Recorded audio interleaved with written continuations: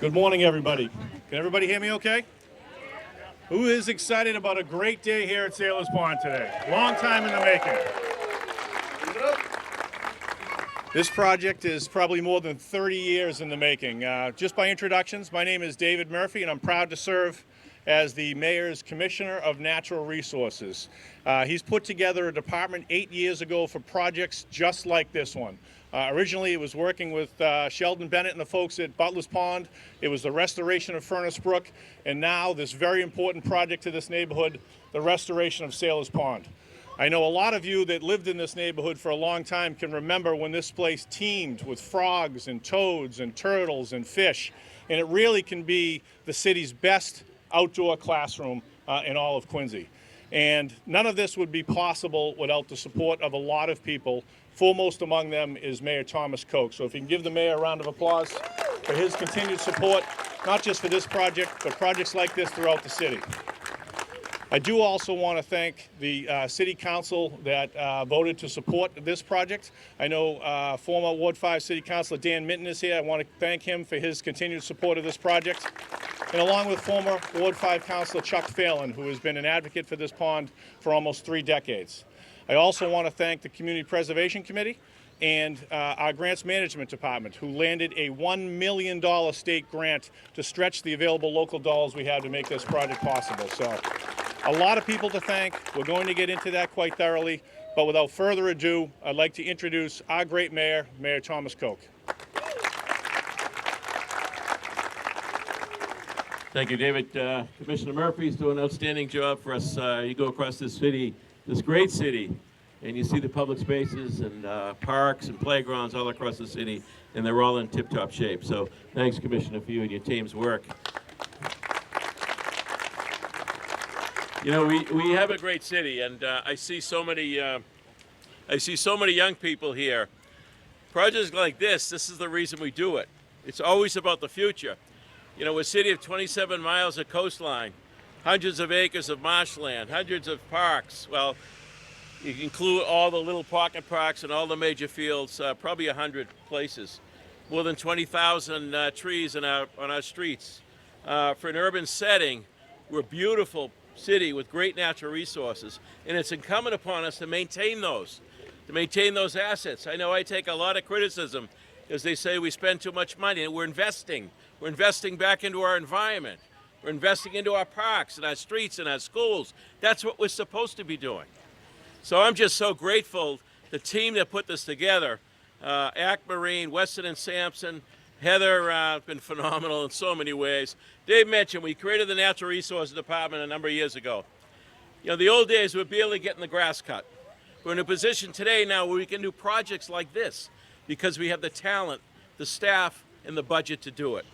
So congratulations to the entire team. I'm looking forward to getting the turtles back home. Thank you.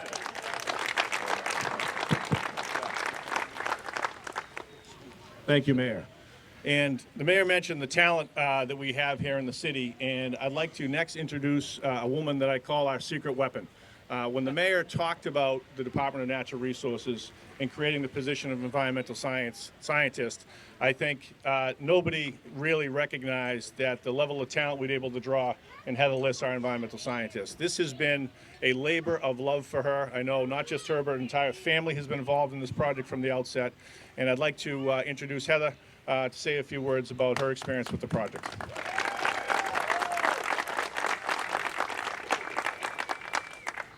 Thank you so much, Mayor Koch, Commissioner Murphy. I really appreciate that. Unlike these two well-versed orators, I have some notes here, so I don't forget anybody. I just wanted to start by saying thank you so much and welcome to beautiful Sailors Home Pond. This is for all of you, and I appreciate that you are here. So this project, this dredging restoration project, it was just a tremendous amount of effort by so many people and agencies, and I'd like to take a minute to thank them. And though it's been said already by Commissioner Murphy, I'd like to start with Mayor Thomas Koch. Thank you so much, Mayor Koch. Appreciate your support. I appreciate your foresight in creating the Department of Natural Resources and the Environmental Conservation Division, and in really prioritizing restoring our sometimes overlooked but really very valuable open spaces and natural resources like Sailor's Home Pond. Thank you so much. And I'd like to also thank the City Council, both past and present members, as well as the Community Preservation Committee. Everyone has been tremendously supportive, whether voting for the funding, whether coming to public meetings, responding to inquiries and spreading information to the constituents, and supporting me in so many other ways, reaching out. I really very much appreciate that. Thank you all so much. Yes, they definitely deserve a round of applause. I'd also like to thank the State Executive Office of Economic Development for providing us with that generous grant. That was through their pilot round of an inland dredging program through the Massachusetts Dredging Program. I'm so happy for their support. And I would also like to thank Commissioner Murphy for his leadership and oversight of this project, and for being involved and supportive every step of the way, and also being dedicated to our natural resources. Thank you, Commissioner Murphy. So the story of Sailor's Home Pond really begins and ends with all of you, the members of the public. In my files, I have an old article clipping from a newspaper in the 2000s, and it talks about residents banding together to clean up the pond, as well as to, let me look and see exactly what it said, to, quote, rescue a dying pond. And I look around and I see a few people here today that are mentioned in that very article, as well as this terrific turnout. And really, we couldn't do projects like this without the support of all of you. So give yourselves a round of applause. Thank you. So we had a terrific team of professionals that came together to make this project happen, to do the hard work. And, you know, it would be daunting to mention every single name, but I really do want to give a shout out to all the folks that worked on it and tell you a little bit about what went into the project. So starting with Weston and Sampson. Weston and Sampson is our engineering consulting firm on this project. In particular, I want to thank Darren Kirkjian, Andrea Spruch, Eric Lundgren, Matt McGuire, and Frank Ossipinti. A couple of those folks, Darren and Frank, are right here. Please give them a round of applause. They're terrific. You can give them a wave. So they have been with this project since the very beginning, going back to 2016, 2017, when we first did some I actually was not involved, I shouldn't say we, but when they were involved with some sediment testing and really looking at what can we do to restore this pond? How can we make this healthy again? It's obviously been a long process. Come full circle to the current project, they did all of the design engineering, the plans, the oversight, the construction management, helping with the bidding, the licensed site professional services, you name it. They took all of my many phone calls, we brainstormed together, and quite frankly, I could not have done it without Weston and Sampson. Thank you so much. And then that brings me to ACK Marine and General Contracting, located right here in Quincy. They have been nothing short of phenomenal. They're the ones that actually came in here and dredged the pond, which let me tell you is not an easy process for any pond, never mind one that's with the site constraints that this has tucked in the neighborhood. They were simply fantastic, figuring out how can we get this done. In particular, I'd like to thank Barry Belcastro, Michael Boucher, Ed Dukery, Jimmy Barrett, Sean Kennedy, and the entire team. And give a wave. We have with us Barry and Michael are right over there. Thank you so much for being here. And by the way, they were on schedule and within budget, which is amazing. So there were a number of subcontractors, specialized subcontractors that helped. I'm going to run through them real quickly. Steel Associates did the bathymetry of the pond topography, the contours before and after. Bogan Tree came in, they're right here in Quincy as well, and did some tree work to provide access to the pond. Civil and Environmental Consultants and Charter Contracting Company did an incredible job with the sediment management and disposal, which is no easy feat. By the way, all the sediment from this pond is being beneficially reused for a landfill closure project, which is great. Mon Landscaping, later in the project, they cleaned up and restored the upland areas around the pond. And then Armstrong Fence put in this great post and rail fence that you see in front of us. And finally, GEI Consultants designed the brand new observation deck and bench to my left and your right. a terrific new amenity to the pond. So ACK was able to coordinate all of those subcontractors, get all of their work done, that minor detail of the dredging, and ACK also constructed that beautiful deck. So it has had nonstop use since it went in. If you haven't checked it out, I hope that you'll do so today and that you enjoy it. Thank you, ACK. So this project involved a bit of upland restoration as well. There are some new native trees, shrubs, and herbaceous plantings around the observation deck. Those were provided by New England Wetland Plants and Bigelow Nurseries and installed by O'Donnell Landscaping. They are all native plants. Over time, they'll naturalize and fill in, and we will have a really beautiful, ecologically friendly, colorful, and pollinator-friendly buffer around the pond in this area, so I can't wait. And now quickly moving, yes, so thanks to those companies. So moving briefly to the pond itself, I would like to thank Water and Wetland. They are our aquatic management specialists. They have been working to keep this pond healthy for many years, doing everything that they could up to dredging to do what they could to help preserve this pond and try to keep it healthy. And we will continue to work with them to make sure the pond stays healthy. I know a lot of people love these beautiful aerator fountains. Water and Wetland are the folks that put those in for us every year. So let's give them a round of applause as well.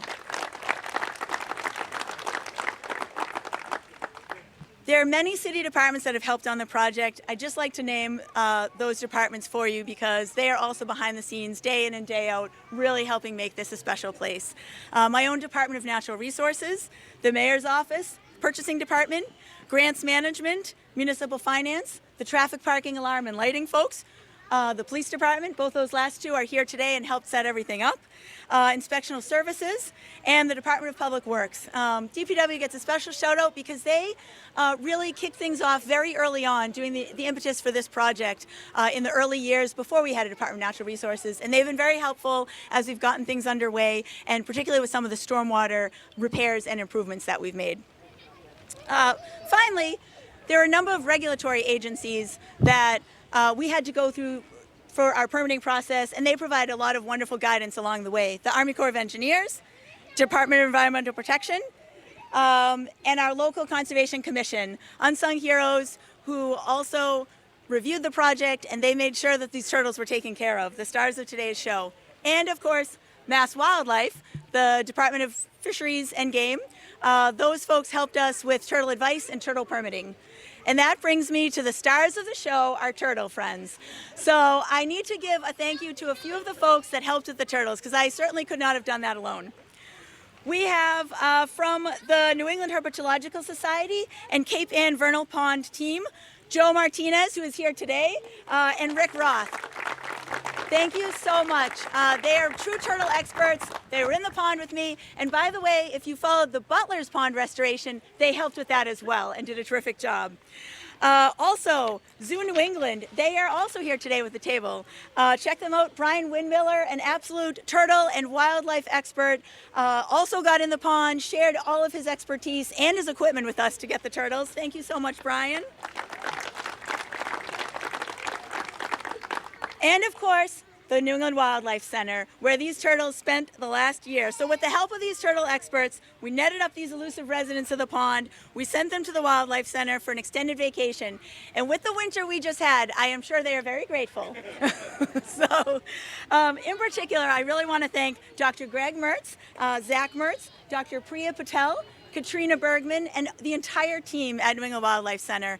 Their professionalism, their compassion, their care for these turtles is unmatched. And they not only housed them, fed them, but gave them outstanding medical care as needed. And so they will be helping release them today. Thank you so much to all of these folks. Please give them a round of applause. All right, nearing the end here, a lot of volunteers helped. There were friends, family, interns, members of the public who jumped in the canoe, jumped in the water, helped with the turtles. You know who you are. I won't put you all on the spot, but give yourselves a round of applause. And, really, I could not have done it without you. As I say in Scouts, it had to be the buddy system, and I really, truly could not have caught all the turtles or done what I did here without them. And finally, my own family and friends, just a personal shout out to them. Their love and support is really what makes it possible for me to do the work that I do. And one of the reasons I love restoration work so much is for the next generation. You know, my own kids, Ian and Zoe, you are my inspiration, and I am so glad that I could do this work, partly for you guys. So, lastly, the real stars of the show, our friends, the turtles of Sailor's Home Pond. We have snapping turtles and we have eastern painted turtles today that are all going back in the pond, 22 of them total. We are going to be set up along the fence here. We're going to release them in batches, so 4 or so at a time. So you can come right up to the fence, get a great view, and then if you don't see one batch, you'll certainly be able to see another. We can rotate out. But before we do that, I'd just like to turn the mic over to Brian Windmiller and to Zach Mertz from the New England Wildlife Center to say a few words. Oh, there's Brian. So this is Brian Windmiller from Zoo New England, who's going to say a few words about the turtles. Thanks, Heather. Hi, everybody. I'll be pretty brief. First, I just want to say I've worked in wildlife conservation around Massachusetts and New England for a fair while. And I want to say just a huge thank you to Heather, to the city of Quincy, to all of you, because projects like this, pond dredging, happen all the time. There are tens of thousands of ponds in Massachusetts, and people dredge them for a variety of reasons all the time. And really rarely do people pay any attention at all to the wildlife that are going to be affected by that. And for all of you, for the city of Quincy to have put the effort and the planning in to do this in a way that benefits the humans around here as well as the wildlife in the pond, just a huge thank you and shout out to you all for that. And finally, I just want to note, kind of on a bigger picture, I was just watching a retrospective about David Attenborough, who just turned 100 years old. And, you watch David going to see mountain gorillas in Rwanda, or, playing with penguins off the coast of Chile, and looking for snow leopards in Mongolia and stuff like that. And that image of wildlife being in wild places really sticks with us, and it sticks with professional biologists too. But the truth is that most of the humans in the world live in places that are not wild, and increasingly, so much of our wildlife lives in places like that too. And the wildlife, like the turtles here, and the cormorants, the fish, all of that enrich this neighborhood, they also depend on us on simply making room, on doing small things that allow us to live together with them. So again, something like this, I just want to thank you all and thank the city of Quincy for making room and making it possible for the turtles to continue to live amongst you. Thank you. Thank you so much, Brian. We really appreciate that. I said it before, but I just want to make sure everyone heard that we do have educational displays set up. I invite you to visit those well and after the turtle release is actually happening. Zoo New England is here, the New England Herpetological Society, the New England Wildlife Center has a display. There are some live animals that you can check out, some turtles and a surprise animal that's a different type of species that will be coming out. And there's also some photos of the pond dredging. So if you didn't actually see the project but you're curious what it looked like, there's some pictures on the table over there. So our final speaker is going to be Zach Mertz from the New England Wildlife Center, an amazing partner in this project. Thank you. I'm going to turn it over to Zach. Thank you so much. Thank you, Heather. Well, can you guys hear me okay? Awesome. We are so thrilled to be here for a bunch of reasons. One, because after 367 days of caring for 22 turtles, it's a lot, and we're really excited to see them go back to where they belong. But most of all, because we're here with the community. And the fact that I know so many faces in this crowd right now, I think is a testament to the type of community this is and the type of city that Mayor Koch and Commissioner Murphy and Heather all work to protect. We met so many amazing people along the way. We had people from the community come visit them when they were in our care. We had folks, I think, out here in canoes and kids helping us catch them on the first day. And that's really what it's all about. At the Wildlife Center, we are all about community and all about education, and we do that by providing care, usually to one animal at a time, and using it as a learning lab to teach about what's in your neighborhood, what you can do to protect it. And this was that times 22, really.